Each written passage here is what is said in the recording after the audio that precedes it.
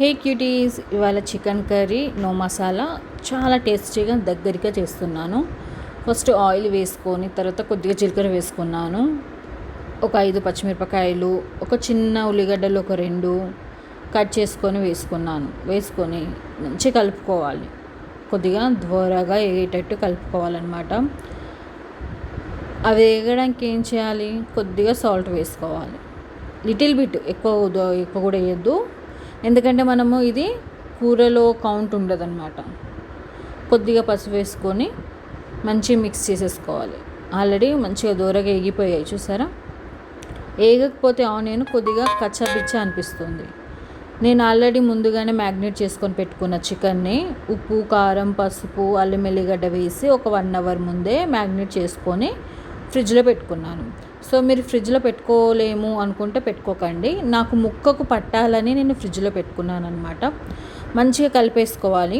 కలిపేసి మూత పెట్టేసుకొని పక్క పెట్టుకున్నాక కొద్దిగా వాటర్ రిలీజ్ అవుతుందన్నమాట. ఆ టైంలో మనము అల్లం వెల్లిగడ్డ పేస్ట్ 1 స్పూన్ వేసుకోవాలి, ఫ్రెష్ది, అప్పుడప్పుడు నూరింది, లేదా ఆప్షనల్ మీ దగ్గర ఉన్నది వేసుకోవచ్చు.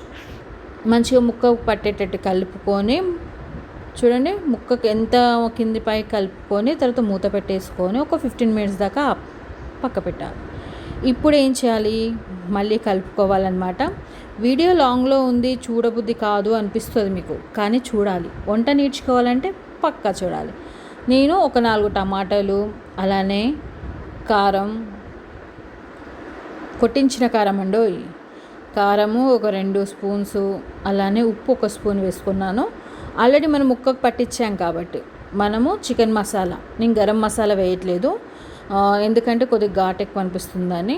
నేను ఓన్లీ చికెన్ మసాలా 5 రూపాయల ప్యాకెట్ తీసుకొచ్చాను మీకు చూపించడానికి.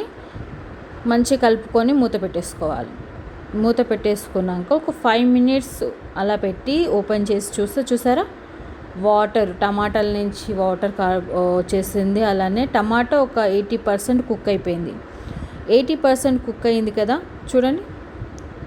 మళ్ళీ ఏం చేస్తాను, ఉప్పు కారం ఉందా లేదా అని చూసుకోవాలి. చూసుకున్నాక తర్వాత మూత పెట్టేసి ఒక 5 మినిట్స్ తర్వాత మూత తీసి కొత్తిమీర అయినా పుదీనానైనా కట్ చేసుకొని వేసుకోండి. నేనైతే ఇలా పెద్దగా చేతితో తొంపేసేసేసాను. మంచిగా కలుపుకోవాలి. వేసుకున్నాక ఇలా కలిపేసుకొని మూత పెట్టేసుకోండి. ఇంకొక 15 మినిట్స్ పెట్టేసి పక్కకు పెట్టేస్తే ఉడుకుతూ ఉంటుంది స్లిమ్లో. చూడండి, ఇంత దగ్గరికి చేశాను. ఆల్మోస్ట్ ఫ్రై లాగా కనిపిస్తుంది. గ్రేవీ కావాలంటే మీరు కామెంట్ చేయండి.